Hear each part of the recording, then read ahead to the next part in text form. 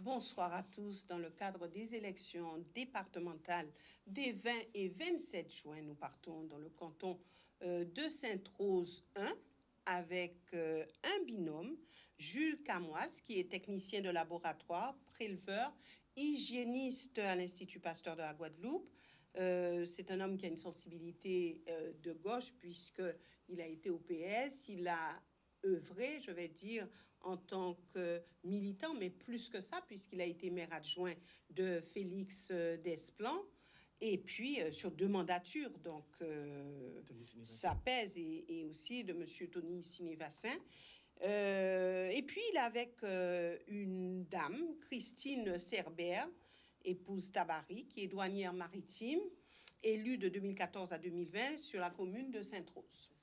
Voilà pour vous présenter, mais avec une particularité, puisque vous étiez tous les deux sur la même liste en 2015. C'était pour les départementales, d'ailleurs, de 2015. Et en 2015, vous avez eu 493 voix, soit 3,18%.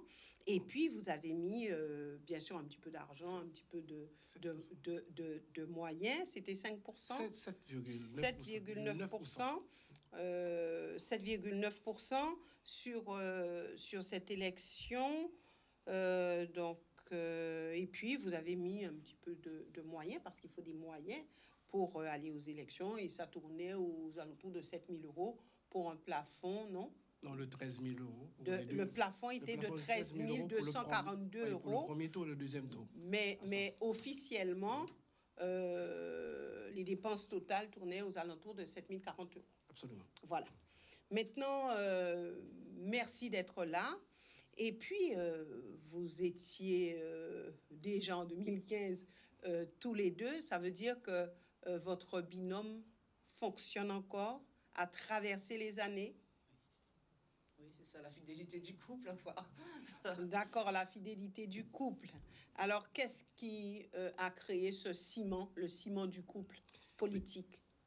C'est parce que ce que nous disions en 2015 était sincère, puisque nous étions ici en plateau, et de dire que nous avons commencé à travailler ensemble sur le plan professionnel, puisque Christine, comme on l'a dit, elle est douanière, et ça nous arrive sur le plan professionnel d'avoir des analyses à faire de tous côtés, des deux côtés, de la douane et de mon activité professionnelle. Et donc, nous étions ensemble et nous sommes restés depuis ces 6 ans en contact. Donc, pendant 6 ans, vous avez parlé politique?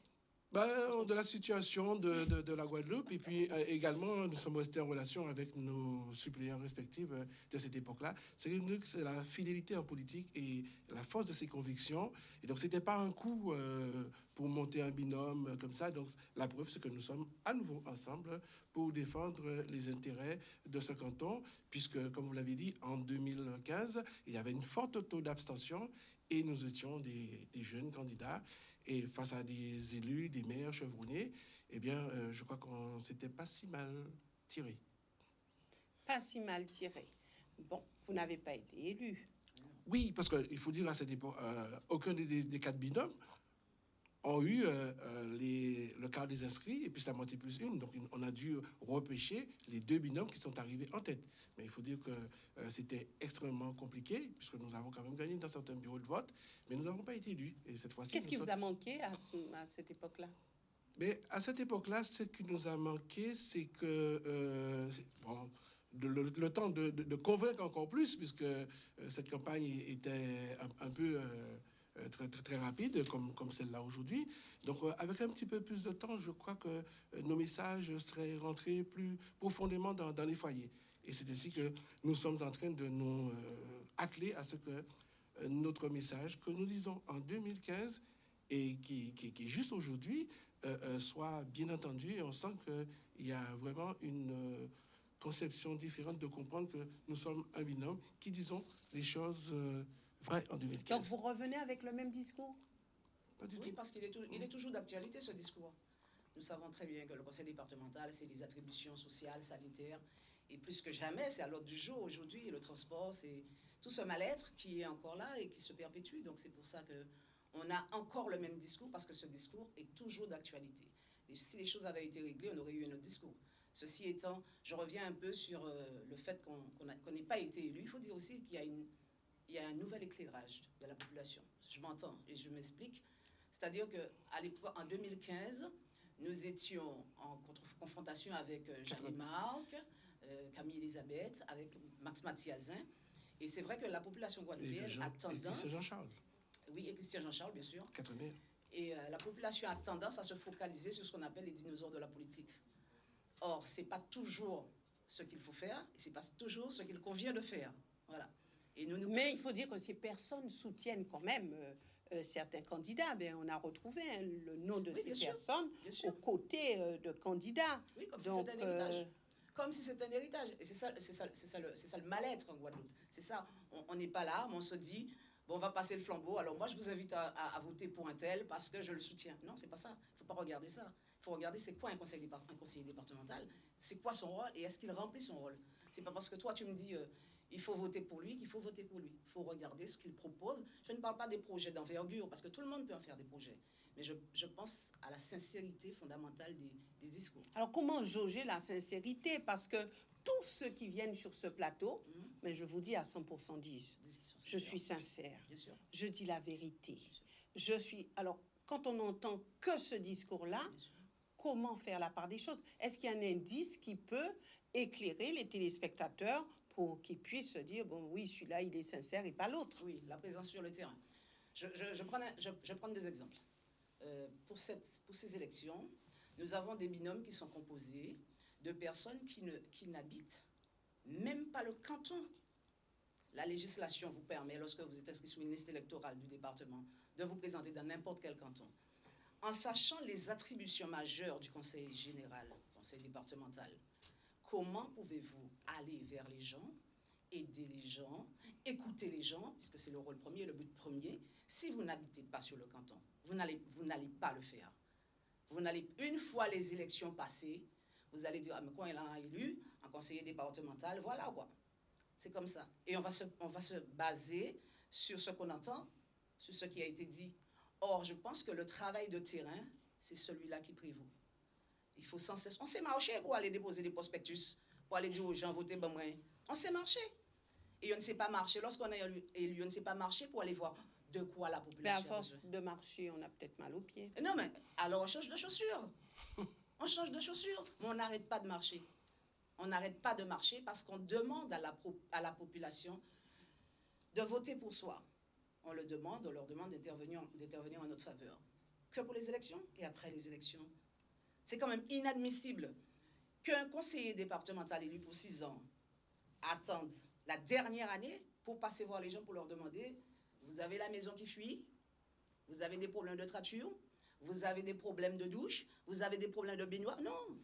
C'est ce qui se passe sur le canton? C'est ce qui se passe partout en Guadeloupe. Partout. Je ne dis pas que tous les conseillers départementaux ne font pas leur rôle, mais ils ont oublié le rôle majeur qui est la proximité. Et plus encore que la proximité, c'est le volet familial. Familial, j'entends par famille, non pas père, mère, enfant, c'est pas ça. Le conseiller départemental, il fait partie de la famille. Mais alors, expliquez-moi, hein, vous deux, expliquez-moi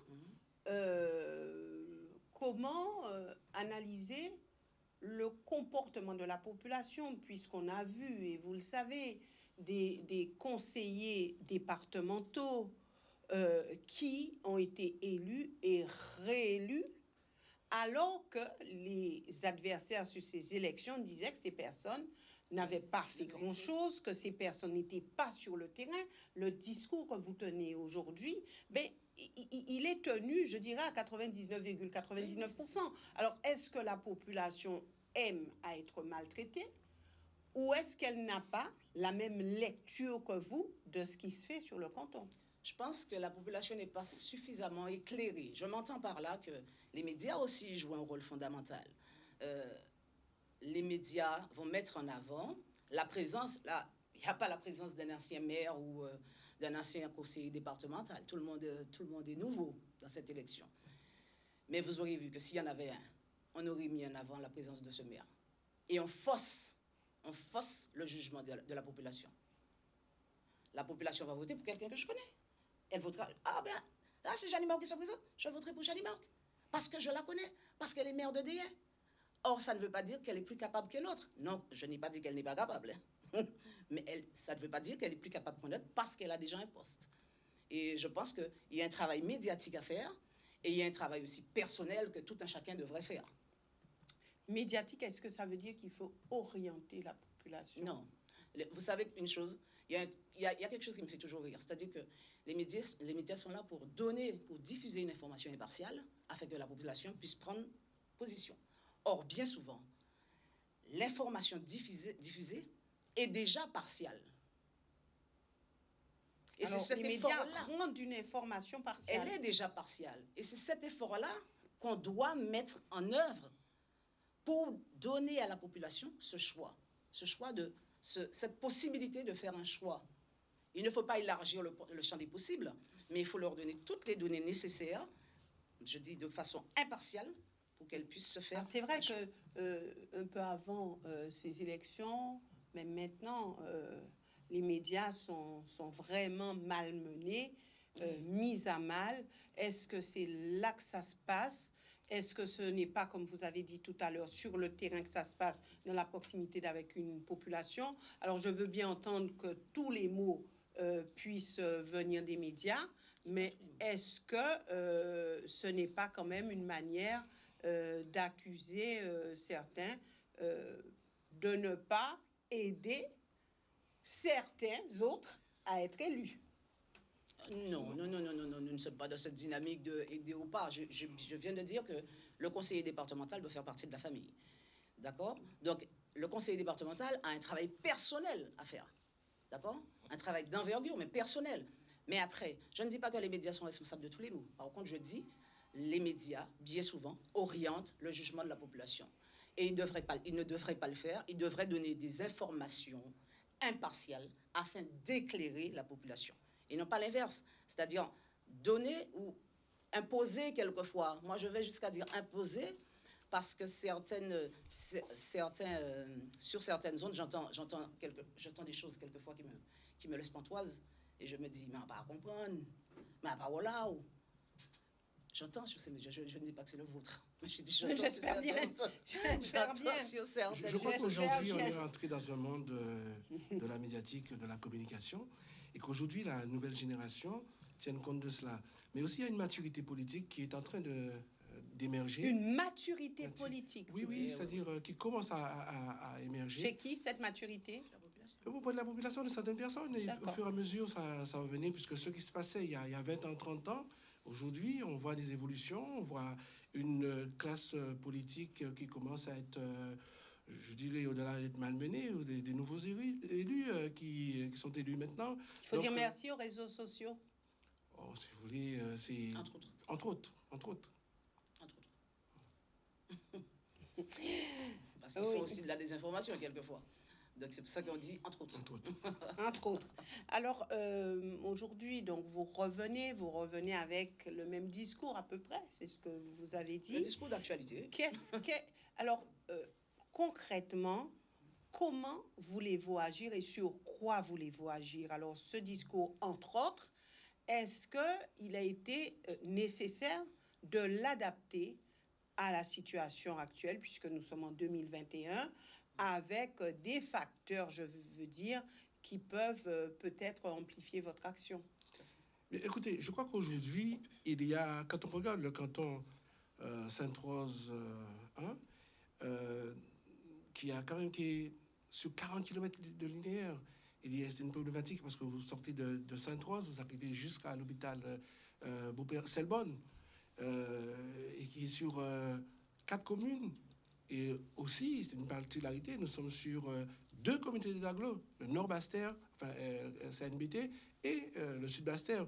Donc, il y a des problématiques s'agissant de ce canton de Sainte-Rose 1. Nous voulons vraiment que les choses avancent de ce canton. Et c'est pour cela que nous nous sommes investis dans cette campagne de 2021 afin d'apporter une autre expérience, car il y a beaucoup de choses encore à faire, tant sur le plan social, tant sur les implantations des infrastructures, tant sur les domaines de compétences régaliens du conseil départemental. Nous pensons agir fortement sur cela et faire même orienter... Comment agir? Eh bien, nous avons présenté un programme, nous allons diffuser à la population. Christine disait à un moment donné, fort aussi bien, que c'est d'être en proximité avec la population et de lui expliquer vraiment ce que nous pensons défendre. Et au départ, on vous a dit que nous conduisons une liste sans étiquette. Ça veut dire que nous n'avons pas de parti politique qui va nous orienter sur telle ou telle orientation. Parce que beaucoup de candidats viennent à ces élections, ils sont déjà encartés dans les partis, ils vont faire que suivre ce que leur parti a Alors, décidé. justement, est-ce que ce n'est pas le beau rôle, puisque la collectivité départementale aura un président, Oui. qui peut-être aura un parti, Pas forcément. le président qui aura impulsé une dynamique. Donc, est-ce que ce que vous dites, ça tient? Oui, parce que vous savez ce qui se passe. Vous avez 21 cantons. Oui. D'accord. Oui. Vous êtes journaliste, vous voyez un petit peu les forces en présence. Cette élection-là n'est pas jouée d'avance dans aucune de ces cantons. Et vous verrez, il y a des cantons tests qui feront basculer l'élection du président ou de la présidente. Vous avez dit je suis sans étiquette. Oui. Vous avez dit je suis sans étiquette. Tout à fait. Nous présentons Alors, une sans étiquette. Sans étiquette. Donc, une liste sans étiquette n'a-t-elle pas plus ou n'aura-t-elle pas plus de mal Non, à pas du se, tout. alors juste à se positionner au sein de cette collectivité départementale Non, pas que du tout. d'autres qui Non. sont dans tel ou tel Non, parti? pas du tout, puisque vous aurez vous avez beaucoup de candidats qui sont candidats aussi sans étiquette Oui. dans ces élections. Enfin, Et vous verrez, si on vous- doit ouvrir le débat de sans étiquette, Oui, il y aura encore beaucoup à dire. Oui, vous le je savez. dis qu'il n'appartient pas à un parti politique. Et vous verrez Enfin, que... en surface. Oui, d'accord, si vous le voulez. Oui. Mais vous savez que comment ça se passe? Vous êtes élu conseiller départemental, vous faites la majorité, eh bien, on vous déroule le tapis rouge, hein, rapidement. Hein. Et c'est comme ça se passe en général. Parce que quand vous faites la majorité, eh bien, on sait comment vous faire la cour hein, pour avoir la présidence ou la présidente. Eh bien, justement, quand on vous aura fait la cour et quand vous aurez dit oui, est-ce que déjà vous n'entrez pas dans un carcan? Du tout pas, parce que nous sommes des candidats qui n'est pas investi par un parti politique. Nous garderons notre autonomie de penser et d'agir. Et je tiens à le dire haut et fort. Oui. Tout à fait. Alors, dites-nous. Même si on entend partout, on entend, encore une fois, je reviens aux médias, on entend sur les médias, le GUSR soutient 17 binômes dans 17 cantons différents. Qu'importe. Le but du conseil départemental, ce n'est pas d'avoir une majorité politique telle qu'elle soit.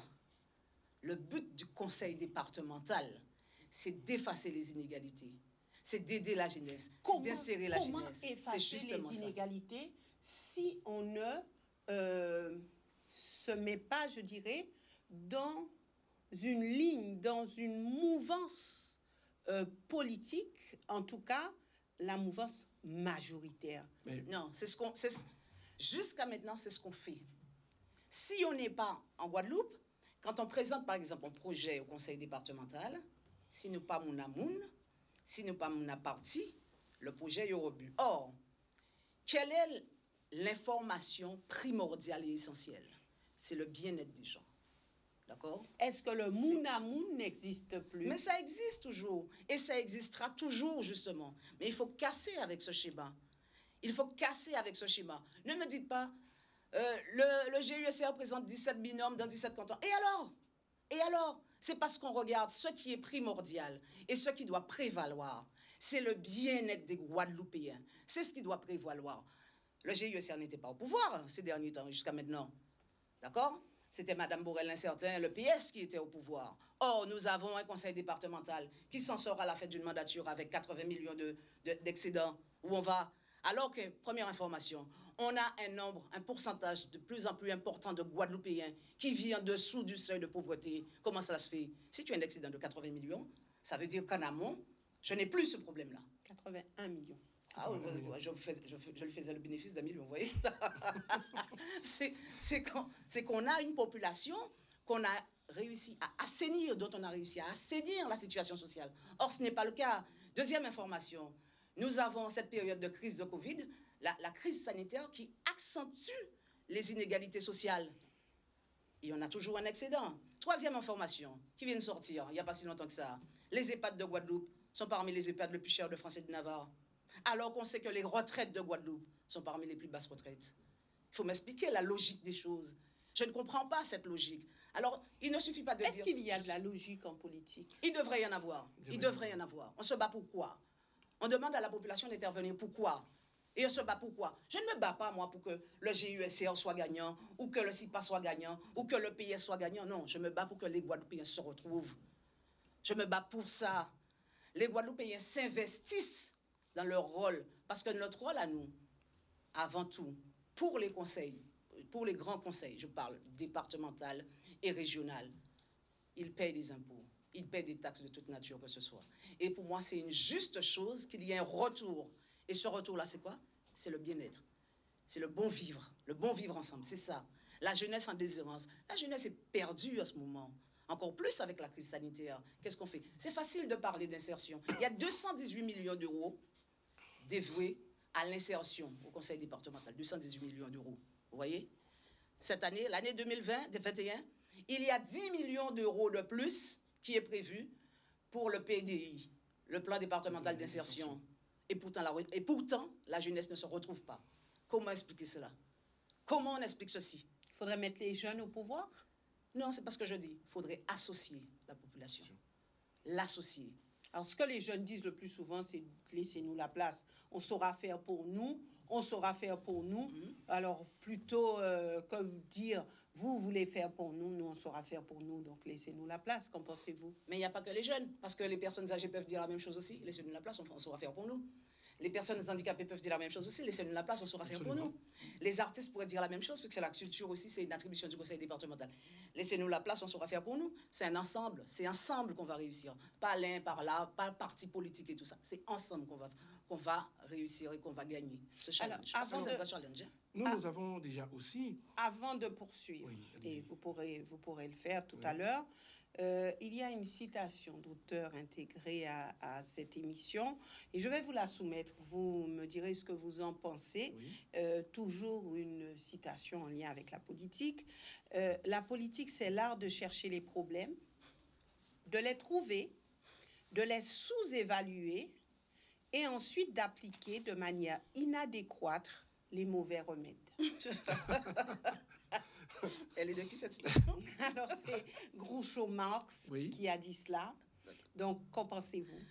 Je pense qu'il a parfaitement raison de le dire. Et c'est ce que nous voyons actuellement qui se passe depuis des années, des décennies dans le département. Ouais. Donc, vous dites que vous êtes parfaitement d'accord. Alors, comment vous démarquez de cela, alors? Alors, allez-y ensuite. Moi, à l'inverse, si vous êtes d'accord. à l'inverse, je ne partage pas la vie de Jules. Tout à fait. Non, moi, je pense que c'est une citation qui vient de quelqu'un qui a été déçu, je pense, par la politique. Et je pense que la politique, justement, la bonne gestion de la cité, c'est ça, justement, c'est de chercher les solutions, mais pas de les sous-estimer, de les estimer à leur juste valeur. Alors, d'abord, de répertorier les problèmes. Bien sûr. Il faut se coller à la réalité. Il ne faut pas vivre dans une bulle en disant le monde devrait être comme ça. Non, il faut se coller à la réalité. Il faut estimer les problèmes et présenter des solutions pérennes. Pas des solutions inadéquates, justement. Parce que si on présente des solutions inadéquates, ça veut dire qu'on n'a pas réglé le problème. Oui, mais aujourd'hui, quand on regarde les problèmes qu'il y a sur l'eau, les problèmes qu'il y a sur l'environnement, on peut se dire qu'il n'était pas très loin, puisqu'en fait, rien n'a avancé depuis des années. Donc, on a appliqué des mauvais remèdes. J'avais le droit de ne pas être d'accord sur la citation. Vu de cette façon-là, on a appliqué des mauvaises remèdes. De ce côté-là, tout à fait, vu de ce côté-là, on n'a pas appliqué les bons remèdes. Oui, donc il y a eu les mauvais remèdes. Entre autres. Oui. Alors, quel sera votre remède, par exemple, sur le sujet des personnes âgées? Christine, vas-y. C'est ce que c'est toi qui Voilà, donc c'est partagé les rôles. Il n'y a pas de remède en soi. Je reviens et je le répète pour la 3e fois. Un conseiller départemental se doit d'être présent. On a une ligne directrice qui est commune à tous les conseils départementaux. On dit les personnes âgées, Alors, on a une certaine mesure, on a certaines allocations, certaines aides, et on s'arrête là. Ce n'est pas ça. Il a dit chercher les problèmes, Marx. Cherchons les problèmes. Il y a des personnes, et nous le savons particulièrement en Guadeloupe, parce que les gens sont très fiers. Il y a des personnes qui sont en grande difficulté, qui ne le disent pas. Il y a des personnes qui sont isolées, parce que la maladie tue. Mais l'isolement tue encore plus, surtout en cette période de crise sanitaire. Des gens se retrouvent seuls. Et je pense que le rôle du conseiller départemental, justement, c'est ça, cette proximité. Aller vers ces gens-là, discuter avec ces gens-là, voir ce qui manque. Et à partir de là, on tire une synthèse. Et à partir de cette synthèse, on met en place un certain nombre de solutions. Solutions pérennes, je dis encore une fois. Pas solutions politiques pour dire, en fait, ouais, je vois, c'est parti, moi, il fait ça. Non, non. En solution pérenne, mais en solution qui a arrangé et qui a amélioré via tout Guadeloupéen à Canton, par exemple, en moins. Alors, vous voyez, Alors, par exemple, vous voyez il nous reste très peu oui, de tout à temps. fait. Sur le canton, il y a quand même des problématiques qui n'ont pas été résolues. Bien sûr. Je prends l'exemple les ports départementaux de pêche. Nous avons le port de pêche de Baillargeon qui est inachevé. Il va falloir agir là-dessus. Nous avons, en termes de distribution de secours, nous avons le SDIS. Et je voulais quand même dire que celui qui est ici s'est beaucoup battu pour que la caserne des sapeurs-pompiers de Pointe-Noire puisse voir le jour. Et je suis en mesure de suivi au-delà même d'être un élu, puisque vous avez parlé d'une coupure de 2014 à 2020. Je me suis toujours intéressé, puisque l'action politique, on ne la fait pas seulement si on est élu, mais on continue sa mission en direction. Mais alors, je peux quand même dire que cette caserne-là verra le jour, puisque sur notre mandature, nous avons mis en place un terrain de 5000 m². Nous avons aussi déposé la première pierre. Et d'ici le mois de juillet, novembre, la construction démarrera. Et je souhaite, et je le souhaite fortement, que nous, Christine et moi, nous soyons des conseillers départementaux pour pouvoir poursuivre cela. Alors, et il nous reste la très livraison peu se de fera temps. en février 2023. Il nous reste presque pas de temps. Donc, vous avez une minute pour vous engager sur un point face à la population du canton. Et je débuterai avec vous. S'il fallait m'engager sur un point, nous avons une population en Guadeloupe de plus en plus vieillissante, donc une population qui est amenée à aller chez le docteur de plus en plus souvent. Et nous avons un vrai désert médical ici en Guadeloupe, plus particulièrement sur le canton Sainte-Rose 1, entre Dieppe et Bouillante. Il serait judicieux, je pense, que les communes de ce canton puissent mettre en place des MMP, des maisons médicales pluridisciplinaires, parce qu'une personne âgée, et je ne parle que des personnes âgées, mais ça intéresse aussi la jeunesse, ça intéresse aussi les handicapés, une personne âgée est obligée de se taper Pointe-Noire, Sainte-Rose, Pointe-à-Pitre pour avoir un rendez-vous avec un docteur. Alors que s'il y avait des maisons médicales pluridisciplinaires, ce ne serait pas là. On ne serait pas réduit à ça. On sait que la population est vieillissante. Donc je pense que c'est un sujet sur lequel il faut vraiment se pencher et pour lequel il faut faire avancer les choses.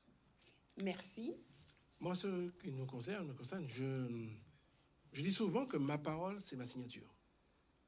Quand je m'engage... Ah, vous avez beaucoup de signatures parce que vous avez dit plein de choses. Si. Quand je m'engage, je vais jusqu'au bout de mon engagement. Et je suis sur le canton de Sainte-Rose 1.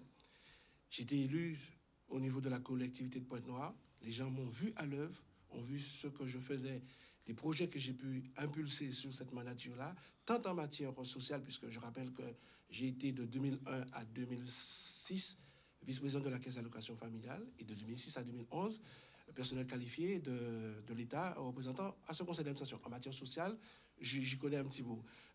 S'agissant, comme je l'ai dit, le SDIS, il y a des propositions à faire au conseil départemental. Je le ferai en temps, puisqu'on n'a pas suffisamment de temps pour développer. On a déjà terminé.